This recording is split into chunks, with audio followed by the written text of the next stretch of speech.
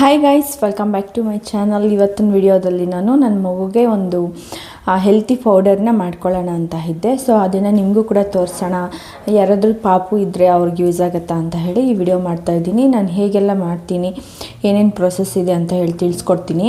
ನಾನು ಎಲ್ಲ ಕೂಡ ಕಾಳು ಎಲ್ಲನೂ ನಾನು ಮೊಳಕೆ ಕಟ್ಟಿ ಇಟ್ಟಿದ್ದೆ. ಅದ್ರ ಜೊತೆಗೆ ಕೆಲವೊಂದು ಡ್ರೈ ಫ್ರೂಟ್ಸ್ ಕೂಡ ಆ್ಯಡ್ ಮಾಡಿಕೊಂಡು ಎಲ್ಲನೂ ಮಾಡಿ ಈಗ ಒಂದು ಡಬ್ಬಿಗೆ ಹಾಕಿಟ್ಕೊಂಡ್ರೆ ಮಿನಿಮಮ್ ಅಂತಂದರೂ ಒಂದು ತಿಂಗಳು ಬರುತ್ತೆ. ಸೊ ನಾವು ಯಾವಾಗಲೂ ಕೂಡ ವೆಜಿಟೇಬಲ್ಸು ಸೊ ಈ ರೀತಿಯಾಗಿ ಕೊಡೋಕ್ಕೆ ಹಣ್ಣು ಅದೆಲ್ಲ ಕೊಡಲಿಕ್ಕೆ ಆಗೋದಿಲ್ಲ ಅಂತ ಹೇಳೋ ಟೈಮಲ್ಲಿ ಇದನ್ನು ಮಾಡಿಕೊಂಡ್ರೆ ಕ್ವಿಕ್ಕಾಗೂ ಆಗುತ್ತೆ, ಹಾಗೆ ಮಗುಗೆ ಒಂದು ಹೆಲ್ತಿ ಫುಡ್ಡು ಸೇರಿದಂಗೂ ಆಗುತ್ತೆ ಅಂತ ಹೇಳಿ ನಾನೆಲ್ಲ ರೆಡಿ ಮಾಡ್ಕೊಂಡು ಇಟ್ಕೊಂಡಿದ್ದೆ. ಸೊ ಈಗ ಮಾಡೋದು ಹೇಗೆ ಅಂತ ಹೇಳಿ ನಾನು ತಿಳಿಸ್ಕೊಡ್ತೀನಿ. ನೋಡಿ, ನಾನು ಯಾವುದೆಲ್ಲ ಕಾಳು ನೆನೆಸಿ ಮತ್ತು ಇದನ್ನು ಮೊಳಕೆ ಹಾಕಿಬಿಟ್ಟು ಆನಂತರ ಬಿಸಿಲಿಗೆ ಚೆನ್ನಾಗಿ ಒಣಗಿಸಿ ಇಟ್ಟಿದ್ದೆ. ಇದು ಬಂದು ಅಲಸಂದೆ ಕಾಳು. ಎಲ್ಲ ಕೂಡ ಸಪ್ರೇಟಾಗಿ ನೆನೆಸಿದ್ದೆ. ಬಟ್ ಏನಂತಂದರೆ ಇದು ಗಾಳಿ ತುಂಬ ಇದೆ, ಅದಕ್ಕೆ ಎಲ್ಲನೂ ನಾನು ಹಾಕಿದರೆ ಸಪ್ರೇಟಾಗಿ ಒಣಗ್ಸೋಕ್ಕೆ ಹಾಕಿದ್ದೆ. ಎಲ್ಲ ಕೂಡ ಗಾಳಿಗೆ ಮಿಕ್ಸ್ ಆಗಿಬಿಟ್ಟಿದೆ ಒಂದಕ್ಕೊಂದು. ಇದು ಬಂದು ರಾಗಿ ಕೂಡ ನಾನು ಚೆನ್ನಾಗಿ ವಾಶ್ ಮಾಡಿಬಿಟ್ಟು ನೆನೆಸಿಟ್ಟು ಮತ್ತೆ ಮೊಳಕೆ ಮಾಡಿದ್ದೆ. ಆಮೇಲೆ ಇದು ಬಂದು ಹೆಸರು ಕಾಳು, ಇದನ್ನು ಅಷ್ಟೇ ನೆನೆಸ್ಬಿಟ್ಟು ಮೊಳಕೆ ಕಟ್ಟಿ ಚೆನ್ನಾಗಿ ಒಣಗಿಸಿದ್ದೀನಿ ಬಿಸಿಲಲ್ಲಿ. ಮತ್ತು ಜೋಳ, ಇದೂ ಅಷ್ಟೇ, ಜೋಳನೂ ಅಷ್ಟೇ ನಾನು ಮೊಳಕೆ ಕಟ್ಟಿಬಿಟ್ಟು ಇಟ್ಟಿದ್ದೆ. ಆಮೇಲೆ ನೋಡಿ, ಕಾಣಿಸ್ತಾ ಇದೆಯಾ, ಮೊಳಕೆ ಕಟ್ಟಿ ಚೆನ್ನಾಗಿ ಒಣಗಿಸಿರೋದು ಜೋಳ ಕೂಡ ಅಷ್ಟೇ.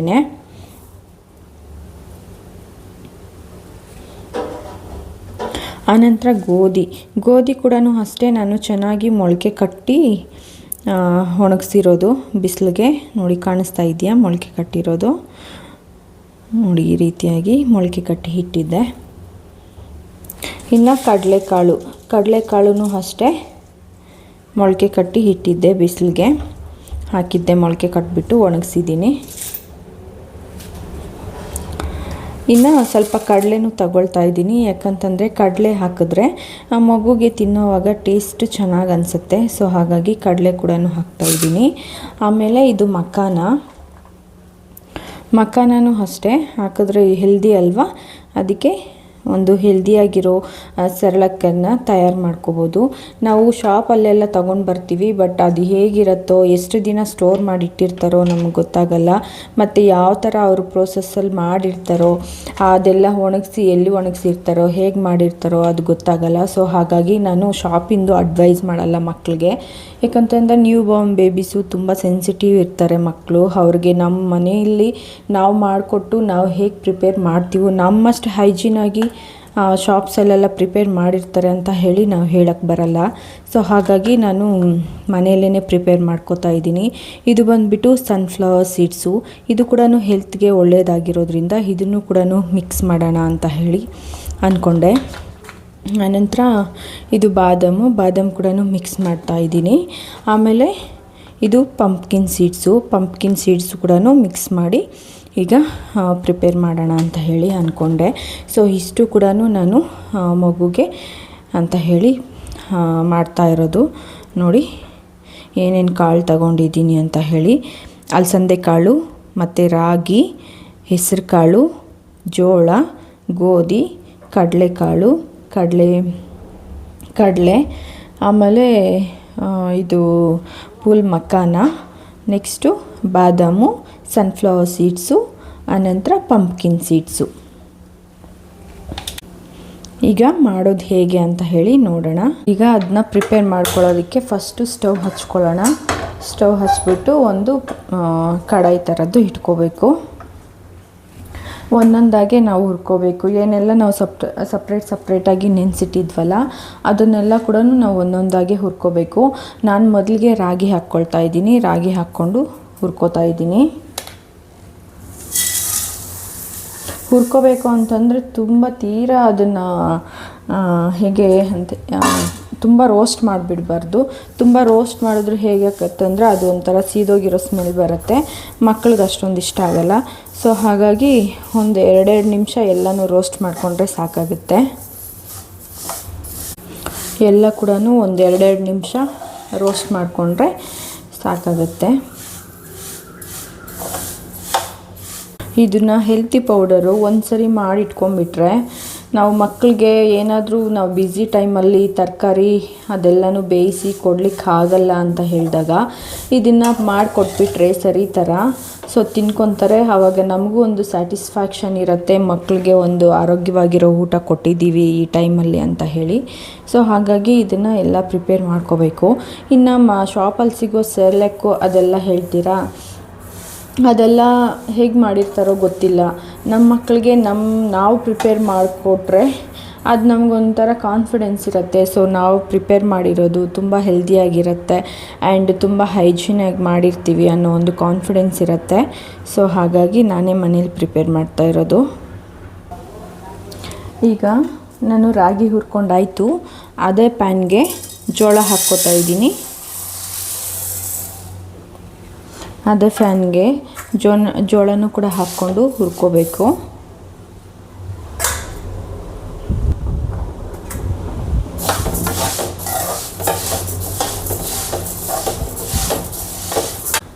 ಜೋಳನೂ ಹುರ್ಕೊಂಡಾಯಿತು. ಈಗ ಹಲಸಂದೆ ಕಾಳು ಹಾಕ್ಕೊಳ್ತಾ ಇದ್ದೀನಿ.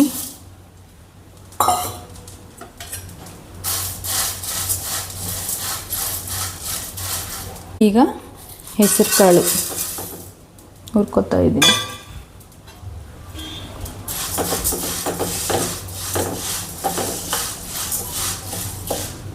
ಈಗ ಗೋಧಿ ಹಾಕ್ಕೊಂಡು ಹುರ್ಕೊತಾ ಇದ್ದೀನಿ. ಈಗ ಅದೇ ಪ್ಯಾನ್ಗೆ ಕಡಲೆಕಾಳು ಕೂಡ ಹಾಕ್ಕೊಂಡು ಹುರ್ಕೊತಾ ಇದ್ದೀನಿ.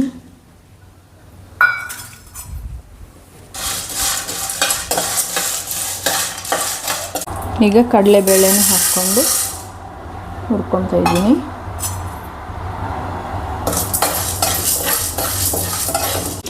ಈಗ ಬಾದಾಮ್ ಹುರ್ಕೊತಾ ಇದ್ದೀನಿ. ನೀವು ಬಾದಾಮನ್ನ ನೆನೆಸ್ಬಿಟ್ಟು ಸಿಪ್ಪೆ ಸುಲಿದ್ಬಿಟ್ಟು ಬಿಸಿಲಿಗೆ ಚೆನ್ನಾಗಿ ಒಣಗಿಸ್ಬಿಟ್ಟು ಕೂಡ ಡ್ರೈ ರೋಸ್ಟ್ ಮಾಡ್ಕೋಬೋದು. ನಾನು ಅದೇ ಥರನೇ ಮಾಡ್ಕೋತಾ ಇದ್ದೀನಿ. ಸೊ ನೀವು ಬೇಕಿದ್ದರೆ ಆ ಥರನೂ ಕೂಡ ಮಾಡ್ಕೋಬೋದು.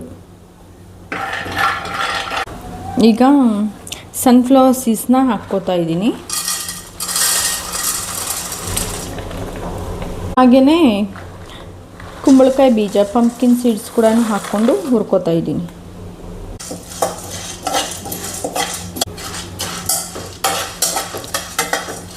ಎಲ್ಲ ಹುರ್ಕೊಂಡಾಯಿತು. ಫೈನಲಾಗಿ ಮಕ್ಕನ ಹಾಕಿ ಹುರಿತಾ ಇದ್ದೀನಿ.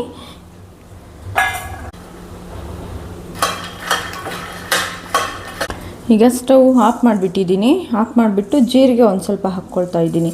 ಅದು ಚಿಟ್ಟ ಅಂದರೆ ಸಾಕು. ಸೊ ಗ್ಯಾಸ್ ಏನು ಹುರಿಸೋ ಅವಶ್ಯಕತೆ ಇಲ್ಲ. ನೋಡಿ ಗಾಯ್ಸ್, ಎಲ್ಲ ಕೂಡ ನಾನು ಹುರಿದಿಟ್ಕೊಂಡೆ. ಇದು ಹಲಸಂದೆ ಕಾಳು, ಇದು ಜೋಳ, ಇದು ಹೆಸರು ಕಾಳು, ಮತ್ತು ಇದು ಬಾದಾಮು, ಇದು ಸನ್ಫ್ಲವರ್ ಸೀಡ್ಸು ಮತ್ತು ಪಂಪ್ಕಿನ್ ಸೀಡ್ಸು, ಇದು ಬಂದು ಗೋಧಿ, ಇದು ಮಕಾನ, ನೆಕ್ಸ್ಟ್ ಇದು ಬಂದು ಕಡಲೆಕಾಳು, ಇದು ಬಂದು ಕಡಲೆ ಮತ್ತು ಜೀರಿಗೆ ಕೂಡ ಇದರಲ್ಲೇ ಹುರಿದು ಹಾಕಿದ್ದೀನಿ. ಅನಂತರ ರಾಗಿ. ಈಗ ಇದನ್ನೆಲ್ಲನೂ ಒಂದೊಂದಾಗಿ ನಾವು ಮಿಕ್ಸಿ ಮಾಡ್ಕೊಳ್ಳೋಣ. ನೋಡಿ, ಒಂದೊಂದಾಗಿ ಮಿಕ್ಸಿ ಮಾಡ್ಕೊಳ್ಳೋಣ. ನಾನು ಮೊದಲಿಗೆ ರಾಗಿ ಮಿಕ್ಸಿ ಮಾಡ್ಕೊತೀನಿ.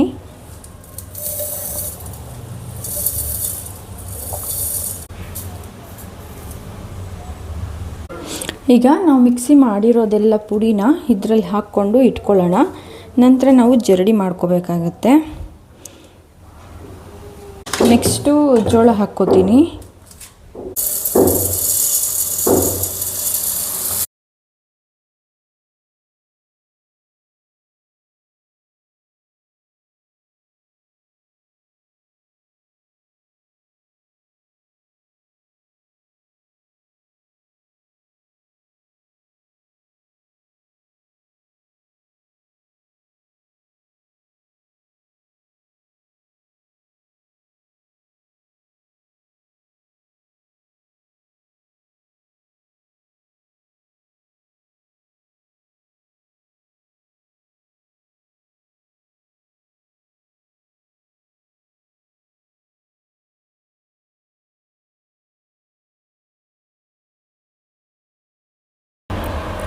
ಗೈಸ್, ನಾವು ಆಗಲೇ ಎಲ್ಲ ಪೌಡ್ರ್ ಮಾಡ್ಕೊಂಡಿದ್ದೀವಲ್ಲ, ಸೊ ಅದನ್ನೆಲ್ಲ ಕೂಡ ಜರಡಿ ಮಾಡ್ಕೊಳ್ಳೋಣ.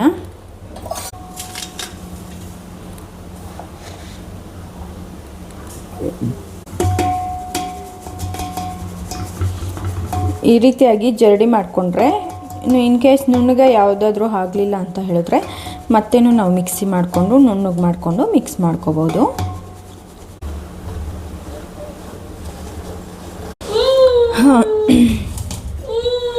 ಎಲ್ಲ ಪೌಡ್ರ್ ಆಯಿತು, ಪೌಡ್ರೆಲ್ಲ ಆಯಿತು, ಮುಗೀತು. ಆಯ್ತು ಮಗನೇ, ಆಯ್ತು, ಬಂದೆ ಬಂದೆ, ಆಯಿತು. ಇಲ್ಲಿ ನೋಡು, ಯಾರ್ದಮ್ಮ ಇದು ಪೌಡ್ರು?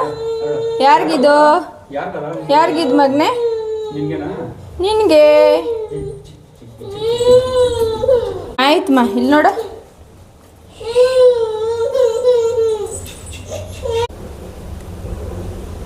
ಸೊ ಗೈಸ್, ಫೈನಲಿ ನಾನು ಪೌಡ್ರನ್ನ ಪ್ರಿಪೇರ್ ಮಾಡಿಕೊಂಡೆ. ಸೊ ಈ ರೀತಿಯಾಗಿ ಪ್ರಿಪೇರ್ ಮಾಡಿಟ್ಕೊಂಡ್ರೆ ನೀವು ಮಕ್ಕಳಿಗೆ ಕ್ವಿಕ್ಕಾಗಿ ಒಂದು ಹೆಲ್ತಿ ಫುಡ್ನ ಪ್ರಿಪೇರ್ ಮಾಡ್ಬೋದು ಅಂತ ಹೇಳ್ತೀನಿ. ಯಾಕಂತಂದರೆ ಕೆಲವೊಂದು ಸರಿ ನಮಗೆ ಟೈಮ್ ಇರೋದಿಲ್ಲ. ಸೊ ತರಕಾರಿ ಎಲ್ಲ ಬೇಯಿಸಿ ಇಲ್ಲ ಏನಾದರೂ ಔಟ್ಸೈಡ್ ಹೋದಾಗ ಟಯರ್ಡಾಗಿ ಬಂದಾಗ ಎಲ್ಲ ಕೂಡ ಸೊ ನಮಗೆ ಒಂದೊಂದು ಸರಿ ಇಂಟ್ರೆಸ್ಟ್ ಇಲ್ಲದೆ ಇರುತ್ತೆ. ಆ ಟೈಮಲ್ಲಿ ಆ ಥರ ರೆಗ್ಯುಲರಾಗಿ ಇದನ್ನು ಯೂಸ್ ಮಾಡ್ಕೋಬೋದು. ಇಲ್ಲ ಅಂತ ಹೇಳಿದ್ರೆ, ಇಲ್ಲ ನಮಗೆ ಎಮರ್ಜೆನ್ಸಿಗೆ ಅಂತ ಹೇಳಿದ್ರೆ ಯೂಸ್ ಮಾಡ್ಕೋಬೋದು. ಒಂದು ಸ್ಯಾಟಿಸ್ಫ್ಯಾಕ್ಷನ್ ಅನ್ನೋದು ಸಿಗುತ್ತೆ ಮಕ್ಕಳಿಗೆ. ನಾವು ಒಂದು ಒಳ್ಳೆ ಊಟ ಕೊಡ್ತಾ ಇದ್ದೀವಲ್ಲ, ಆರೋಗ್ಯವಾಗಿರೋದು ಅಂತ ಹೇಳಿ ಸ್ಯಾಟಿಸ್ಫ್ಯಾಕ್ಷನ್ ಇರುತ್ತೆ. ಸೊ ಈಗ ವಿಡಿಯೋ ನೋಡಿದ್ರಲ್ಲ, ಹೋಪ್ ಈ ವಿಡಿಯೋ ತುಂಬ ಯೂಸ್ಫುಲ್ ಅಂತ ಅಂದ್ಕೊಳ್ತಾ ಇದ್ದೀನಿ. ಯಾರಿಗೆಲ್ಲ ಚಿಕ್ಕ ಮಕ್ಕಳಿದ್ದಾರೆ, ಯಾರೆಲ್ಲ ಅವ್ರಿಗೆ ಫುಡ್ ಕೊಡಬೇಕು ಅಂತ ಔಟ್ಸೈಡ್ ಫುಡ್ನ ಪ್ರಿಫೇರ್ ಮಾಡ್ತಾ ಇದ್ದಾರಲ್ವ, ಲೈಕ್ ಸೆರ್ಲೆಕ್ಕು ಆ ಥರ ಎಲ್ಲನೂ, ಸೊ ಅವ್ರಿಗೆಲ್ಲ ಕೂಡ ಇದು ಒಂದು ಒಳ್ಳೆ ಮೆಥಡಲ್ಲಿ ನಾನು ಹೇಳ್ಕೊಟ್ಟಿರೋದು. ಇದು ಮಾಡ್ಕೊಳ್ಳೋದು ಕೂಡ ತುಂಬ ಈಸಿನೇ. ಸೊ ಹಾಗಾಗಿ ನಾನು ಕೂಡ ನನ್ನ ಮಗುಗೆ ಇದನ್ನು ಪ್ರಿಪೇರ್ ಮಾಡಿ ಇಟ್ಕೊಂಡಿದ್ದೀನಿ. ಈ ರೀತಿ ಒಂದು ಡಬ್ಬಿನಲ್ಲಿ ಹಾಕಿಟ್ಕೊಂಡ್ರೆ ನೀವು ಇದನ್ನು ಕಂಟಿನ್ಯೂಸ್ ಆಗಿ ಯೂಸ್ ಮಾಡ್ಕೋಬೋದು. ಮತ್ತು ಇದು ಏನಿಲ್ಲ ಅಂತಂದರೂ ನೀವು 1 ತಿಂಗಳ ಮೇಲೆ ಕೂಡ ಸ್ಟೋರ್ ಮಾಡಿಕೊಂಡು ಇಟ್ಕೋಬೋದು. ಸೊ ಗೈಸ್, ಇವತ್ತಿನ ವಿಡಿಯೋ ಹೋಪ್ ಇಷ್ಟ ಆಗುತ್ತೆ ಅಂತ ಅಂದ್ಕೊಳ್ತಾ ಇದ್ದೀನಿ. ಯೂಸ್ಫುಲ್ ಅನಿಸಿದ್ರೆ ದಯವಿಟ್ಟು ನನ್ನ ಚಾನಲ್ನ ಸಬ್ಸ್ಕ್ರೈಬ್ ಮಾಡ್ಕೊಳ್ಳಿ, ಲೈಕ್ ಮಾಡಿ, ಹಾಗೆ ನಿಮ್ಮ ಫ್ಯಾಮಿಲಿ ಫ್ರೆಂಡ್ಸಿಗೆ ಕೂಡ ಶೇರ್ ಮಾಡ್ಕೊಳ್ಳಿ. Thank you.